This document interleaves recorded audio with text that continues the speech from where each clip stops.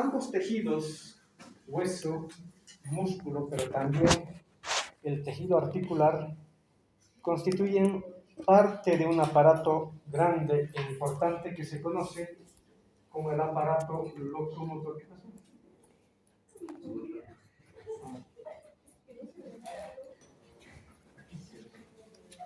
Entonces, para entender la fisiología osteomuscular tenemos que separarlos. Por un lado el tejido óseo y por otro lado el tejido muscular. Es un poco más difícil de entender la fisiología muscular que osteológica. De hecho, con lo osteológico vamos a repetir un poco de lo que hemos hablado en relación al calcio y al fósforo. Algunos aspectos a recordar. El esqueleto en general está dividido en dos segmentos, podemos decir. El esqueleto axial, primero el que está en amarillo es apendicular, y el otro que es el esqueleto axial, que está en color azul, bueno, en color opaco.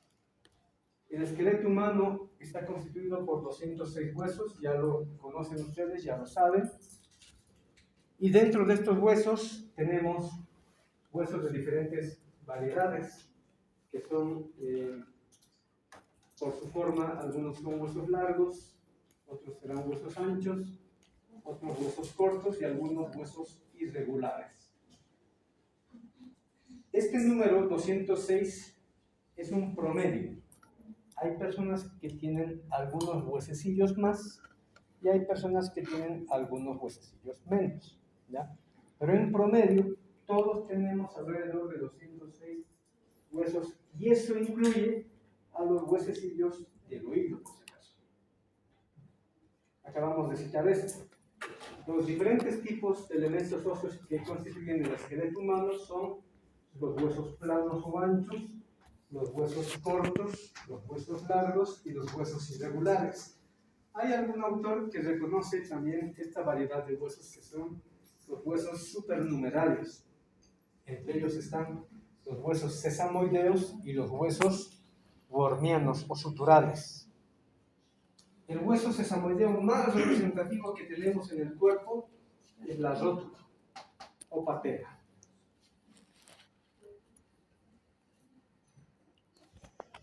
Lógicamente nosotros tenemos que adentrarnos en la estructura de un hueso cualquiera, ¿ya? Y si hacemos un corte histológico, así sea de un hueso ancho, de un hueso corto, de un hueso largo o un hueso irregular, en cualquiera de ellos nos vamos a topar con dos tipos de estructuras óseas, dos tipos de tejidos óseos. El tejido óseo compacto, que como su nombre dice, está mucho más apiñado entre las capas de hueso y matriz ósea que se va formando, y en cambio, por otro lado, también vamos a encontrar el tejido óseo esponjoso, que en vez de formar capas concéntricas, forman estructuras a manera de pilares, por lo que el tejido óseo esponjoso termina muchas veces, como su nombre dice, tomando o adoptando la apariencia de una esponja, porque tiene muchos orificios, espacios o cavidades sinusoidales óseas, que al final de cuentas, si bien son espacios, no queda rellenado de aire. En estos espacios, e incluso dentro de la lámina de tejido óseo compacto, queda también un espacio más amplio, sobre todo en los huesos largos. Tanto en la estructura del tejido óseo esponjoso como en la estructura del tejido óseo compacto, vamos a encontrar médula ósea. Este tejido, de hecho, lo vamos a mencionar mejor en el tema de sangre, porque la médula ósea son de dos variedades, la médula ósea roja y la médula ósea amarilla. La que nos interesa de un modo activo y funcional es la médula ósea roja, ya que ella permite la formación de las células de la sangre. Entonces, como estamos hablando de sangre, por lo mismo, vamos a hablar un poco de la estructura de la médula ósea roja. Pero la médula ósea amarilla, ¿qué es? De hecho, la médula ósea amarilla no es otra cosa que grasa. O sea, lo que antes era médula ósea roja, o sea, funcional, activa, después con el tiempo, como ya nos desarrollamos mayor cantidad de células de la sangre a cierta edad, por ejemplo 50 o 60 años en adelante, por lo tanto el tejido de la médula ósea se va intercambiando de lo que era una célula pluripotencial, luego se va cambiando solamente por adipocitos. Entonces por eso se vuelve como médula ósea amarilla finalmente. Entonces esa médula es la que termina rellenando este espacio en los huesos largos, el conducto medular u óseo, ¿ya? Y también termina rellenando los espacios trabeculados del tejido óseo esponjoso. Un detalle que probablemente ya lo conocen desde el punto de vista histológico. Cuando hacemos una sección de hueso, sí o sí, en cualquiera de los huesos, en sus diferentes variedades, plano, corto, largo o irregular, vamos a encontrar esta estructura más o menos. Una cubierta fibrosa, pero muy delgada, muy fina. De hecho, es transparente, por lo que no altera la apariencia del hueso. Esa estructura fina, fibrosa, se conoce como el periósteo.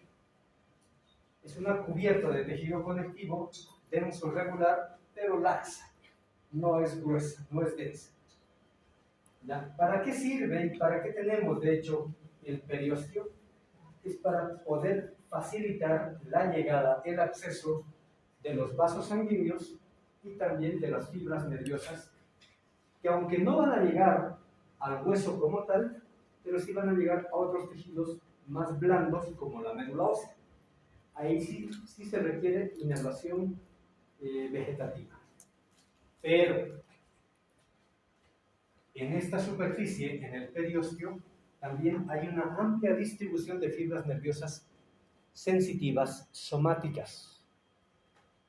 Para aclarar lo siguiente, un dato curioso. A veces las mamás, las abuelas o algún familiar viene y nos dice, porque saben que somos del área de la salud, y nos dicen, me están doliendo los huesos. Alguna vez, incluso alguna ha debido sentir algo similar y hace esa expresión. Realiza esa expresión. Dice, me está doliendo los huesos. Pero lo real y lo cierto es que el hueso no duele. El hueso no duele. ¿Qué estructuras sí pueden doler que están próximas al hueso? Sí puede doler la irritación del periósteo y sí puede doler la irritación de otra capa muy similar, pero más delgada todavía, que está cubriendo toda la superficie interna. No importa si es tejido óseo o esponjoso, todas las trabéculas están cubiertas por endostio.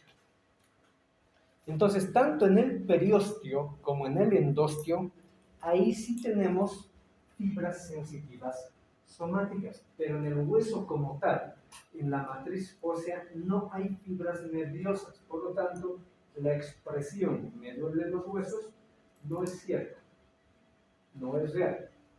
Puede que se esté irritando probablemente el periósteo de un hueso o el endostio, sí, eso ya es diferente. O lo que es más probable, se está irritando una articulación. Y las articulaciones sí son muy sensibles. Hay muchos receptores dolorosos a nivel de las articulaciones. Entonces, en cualquiera de sus variedades, tejido óseo compacto o esponjoso, encontramos esta estructura. La cubierta externa de tejido conectivo, denso, regular, pero no tan espeso, no tan grueso, que es el periósteo, que permite el acceso a los vasos sanguíneos y a las fibras nerviosas.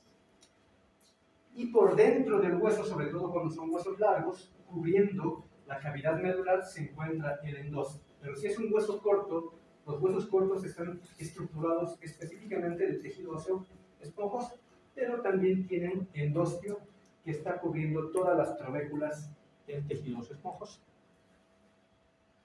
Bueno, hasta ahí, esto tal vez ya lo sabían, ya lo conocían. Vamos a irnos al grano porque fisiología ósea es bastante sencillo. Dentro del tejido óseo, ¿qué vamos a encontrar? Componente celular y componente inorgánico y orgánico. Dicho de otra manera, células y matriz ósea. Eso es lo que hay. Nada más. ¿Cuáles son las células estructurales del tejido óseo? Creo que ya lo saben. La célula osteogénica o célula madre, que luego se puede transformar o diferenciar en cualquiera de las otras células. El osteoblasto, que ya hemos dicho en su momento por qué usamos el sufijo blasto o también plasto. Ya no lo vamos a aclarar, espero que esté comprendido. El osteocito y finalmente el osteoclasto. Solo un dato curioso. Los osteoclastos, según la teoría, no son otra cosa que macrófagos asentados en el hueso. Tiene cierta lógica por dos razones. La misma teoría nos dice que estas células osteoclásticas, si me atienden un segundo, estas células, los osteoclastos, no derivan de una célula osteogénica. O sea, la célula osteogénica nunca se va a poder transformar en un osteoclasto. ¿Ya? Por eso aquí hay este límite, esta barrera, porque esta célula solamente puede formar o bien al osteoblasto, ¿ya? Y finalmente convertirse en osteocito. No puede hacer más. Entonces, la pregunta antigua que se hacía, ¿de dónde derivan los osteoclastos si no es la célula osteogénica la que la genera o la que la diferencia? Es porque el origen de todos los macrófagos viene justamente desde la línea celular monocítica. ¿Qué significa? Que el osteoclasto como glóbulo blanco, como monocito, se está formando dentro de la médula ósea roja. Ahí hay una célula pluripotencial que genera diferentes líneas celulares de la sangre, entre ellas a los monocitos. ¿Qué más dice la teoría? Que estos monocitos se van fusionando uno con otro y otro hasta formar células gigantes. Solo que hay una diferencia. Los osteoclastos, además de tener ese origen monocítico, o sea, como célula de la sangre, glóbulo blanco, ¿ya? Es una célula especializada, porque no se parece a otros monocitos y no se parece específicamente a otros macrófagos. Porque los macrófagos en general, ¿cómo los graficamos? Una célula gigante, medio ameboide y con muchos núcleos. Este es un macrófago habitualmente. Esta célula es gigante como tal, sí, es más grande, pero no del tamaño que los macrófagos que están circulando o asentados en otros tejidos. ¿Y cuál es la otra diferencia que es muy típica o característica para este osteoclasto, para esta célula? Que de todas las células, de toda la estructura celular, una parte de ella, o sea, su membrana celular, forma esta estructura que se llama el borde en cepillo. El borde en cepillo. Para que se entienda de una manera muy simple y básica, este sector es como la boca. Solamente esta parte es la parte funcional de la célula. Aquí van a estar las enzimas y los compuestos necesarios para poder generar el mecanismo de resorción de hueso, cuando se lo requiere. Por última vez aclaramos lo siguiente. La célula osteogénica puede diferenciarse en un osteoblasto. ¿Qué es el osteoblasto? El osteoblasto no es otra cosa que un osteocito, pero inmaduro. Inmaduro. ¿Cuándo se va a convertir en un osteocito maduro? Cuando este osteoblasto empiece a generar matriz ósea. Una vez que va formando la matriz ósea, el osteocito ya no se va a mover de ese lugar. Ahí vive y ahí muere, dependiendo qué tiempo durará la estructura de ese hueso, ¿ya? O la actividad funcional de ese tejido óseo. De hecho, es el tejido que tiene mayor longevidad y son las células con mayor longevidad, al igual que el músculo. ¿Por qué? Porque una vez que se asientan, ahí se quedan hasta el último día de la actividad funcional general vital de una persona. Obviamente la persona fallece, muere, todas sus actividades hemodinámicas paran, cesan, o sea, ya no hay latido cardíaco, ya no hay ventilación respiratoria, por lo tanto, no van a haber nutrientes y oxígeno que lleguen a los osteocitos y los osteocitos gradualmente van muriendo y van dejando pequeños poros en el hueso. Entonces, cuando hacemos estudios de huesos de manera histológica, ¿ya? De hecho, muchas veces ya no se encuentran a los osteocitos porque han degenerado. Pero ¿qué es lo que queda? ¿Por qué sigue existiendo el hueso en sí? Porque es matriz inorgánica. Y la matriz inorgánica perdura mucho más tiempo. Y además es calcificado, tiene calcio. Entonces es resistente a diferentes mecanismos de agresión. Bueno, entonces cuando el osteoblasto empieza ya a segregar matriz ósea, gradualmente con el tiempo se va convirtiendo en un osteocito maduro y además es un osteocito asentado. Repito, ya no se va a mover de ese lugar. Ahí va a vivir, ahí se asienta y ahí va a estar hasta el último día de su existencia, como osteocito. Y un carácter típico de los osteocitos es que tienen estas prolongaciones.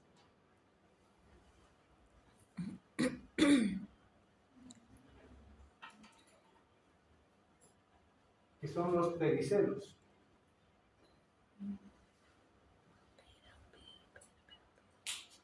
Son como digitaciones o prolongaciones digitiformes de la célula que en un rato vamos a entender para qué sirve. De hecho, me adelanto.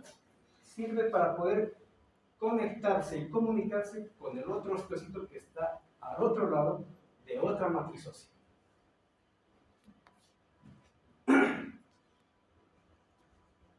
Y empecemos a detallar cómo es la actividad del osteoblasto primero. Ya hemos aclarado que el osteoblasto no es precisamente una célula de un hueso, sino es una célula que deriva de la médula ósea, como glóbulo blanco. Y se fusionan varios monocitos y se genera un macrófago, pero en este caso especializado y asentado en el hueso, dominado como el osteoclasto, y lo típico que hemos dicho que tiene es el borde en cepillo, o como aquí dicen, la membrana corrugada o arrugada. Esa es la parte funcional del osteoclasto. ¿Cómo trabaja el osteoclasto? Para empezar, mencionemos también lo siguiente. Los osteoclastos sobre todo se encuentran por debajo del endostio. Hay más osteoclastos en el endostio que en el periósteo. Y al revés, hay más osteoblastos en el periósteo que en el endostio. Esto de alguna manera tiene cierta lógica, porque el hueso se va formando de adentro para afuera, de adentro para afuera. Y cada vez que estamos formando más y más hueso, se está resorbiendo desde adentro, o sea, se está carcomiendo hueso de adentro y se está formando hueso por fuera. Bueno, entonces, ese mecanismo básico acontece de manera cotidiana. ¿Cómo trabaja entonces el osteoclasto?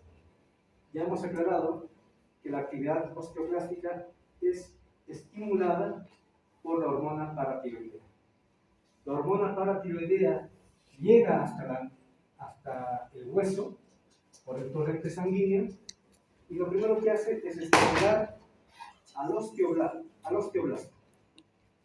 Y el osteoblasto finalmente es el que activa al osteoclasto.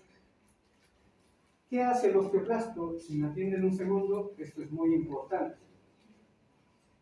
El osteoclasto, en la parte de la membrana, que no es en borde en cepillo, tiene una proteína transportadora, ¿ya?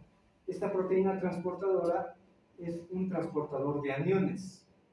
Como están viendo, ingresa cloro desde el torrente sanguíneo y hacia el torrente sanguíneo se libera bicarbonato. ¿De dónde ha sacado el bicarbonato esta célula osteoplástica? Puede usar dos compuestos, agua más dióxido de carbono. De hecho, dióxido de carbono es parte del metabolismo celular. Agua es parte estructural de toda célula. Entonces, hay una enzima que se llama la anhidrasa carbónica. La anhidrasa carbónica, y esta anhidrasa carbónica confusiona el dióxido de carbono con el agua y forma ácido carbónico. El ácido carbónico en agua se ioniza y se separa en dos componentes. Se separa en un hidrógeno y por otro lado se obtiene bicarbonato. Entonces, de ahí viene el bicarbonato. Y no es la única célula que hace eso, por si acaso. Algo similar ocurre en el glóbulo rojo, algo similar ocurre en los enterocitos, algo similar ocurre en las células tubulares y de hecho en muchas otras células, pero esos serían los tejidos más importantes. Entonces se intercambia el cloro a cambio de bicarbonato. El cloro entra a la célula y después este cloro no puede quedarse ahí, tiene que ser repelido porque hay mucha carga negativa, por lo tanto se libera hacia la matriz ósea. Solito el cloro no hace nada. Solo el cloruro no haría nada. Entonces, ¿qué requiere? Se usa otro transportador, este hidrogenión que ya se había formado desde el ácido carbónico, se lo libera también a través de un transportador activo, la proteína activa, la bomba de hidrógeno ATPasa, y se la libera hacia la matriz ósea también. Para aclarar y entender lo que está haciendo el osteoclasto, sencillamente aclaramos lo siguiente, de hecho redundando. Cuando hemos hablado de calcio y hemos hablado de fósforo, y también en parte de magnesio, decíamos el osteoclasto resuelve el hueso, la matriz ósea. Era como que imaginar que el osteoclasto viene aquí como la pared, como si fuera el hueso, y empieza a rascar. Era una manera de expresar. Realmente la célula no hace eso. No hace eso. No tiene garras como para empezar a arañar el hueso y liberar calcio. No. Entonces, ¿cuál es el mecanismo real por el cual se degrada el hueso, se degrada la matriz ósea? Es por la formación de ácido clorhídrico.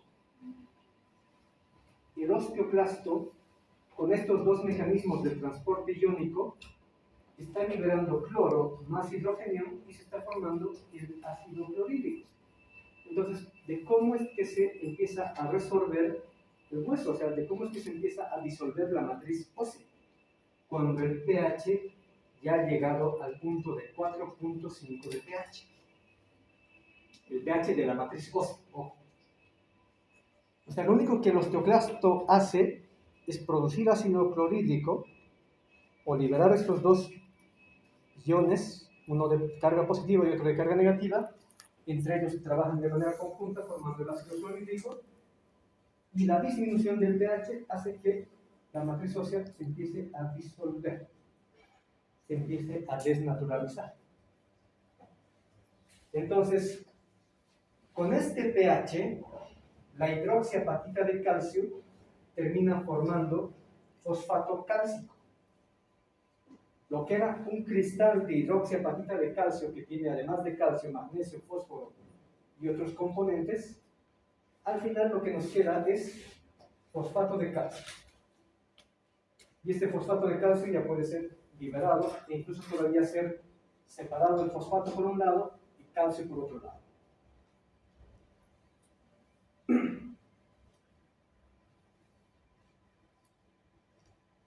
Pero la matriz ósea tiene a su vez componente orgánico. El 95 a 98% es matriz inorgánica, hidroxiapatita de calcio, pero por lo menos el 3 al 5% es matriz orgánica. Hay tejidos o hay estructuras que no se van a disolver con el pH. Entonces, para terminar de digerir al hueso, que tiene colágeno además, el osteoclasto tiene vesículas en cuyo interior encontramos enzimas digestivas. Entonces, el osteoclasto, además de generar el ácido clorhídrico, libera estas enzimas digestivas, que son proteasas, y esas proteasas van a digerir el colágeno. Porque el colágeno, ¿de qué sirve dentro de la formación de hueso? De una manera muy simple, podemos decir, son como los pilares que se forman para formar una pared, para fabricar una pared. Necesito un pilar, otro pilar, y entre los dos pilares voy colocando todo el cimiento que va a ser de los ladrillos, el cemento y el revocado y todo eso. Es algo similar. Entonces, ¿dónde vamos a poner la matriz ósea? No puede estar al aire.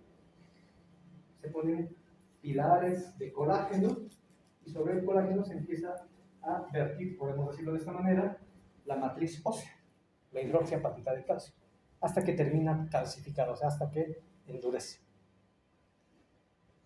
Por lo tanto, entonces, no solamente hay que disolver la matriz inorgánica, que es gran porcentaje de la estructura, sino también hay que romper estos pilares de colágeno.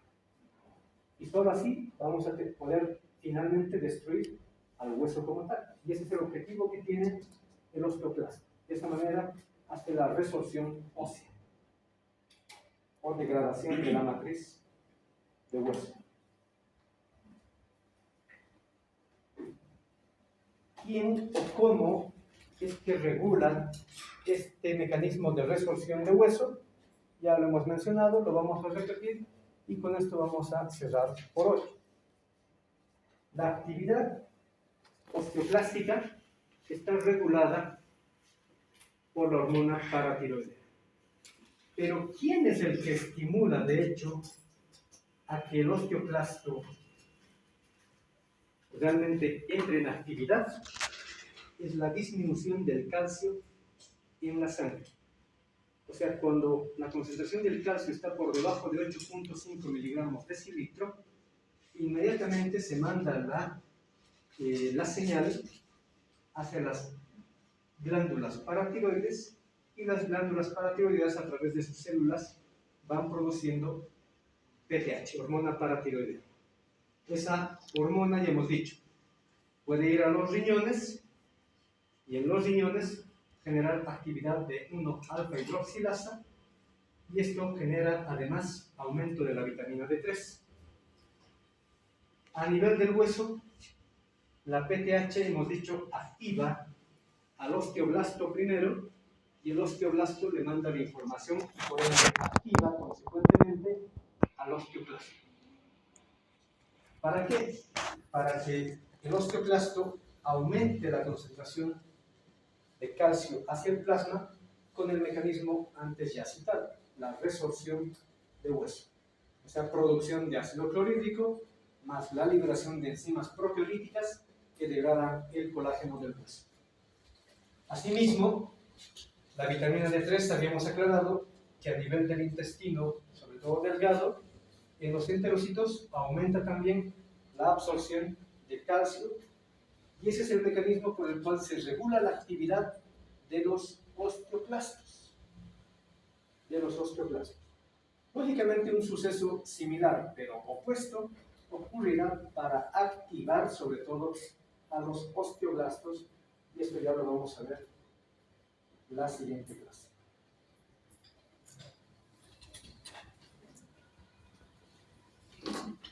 ¿Preguntas?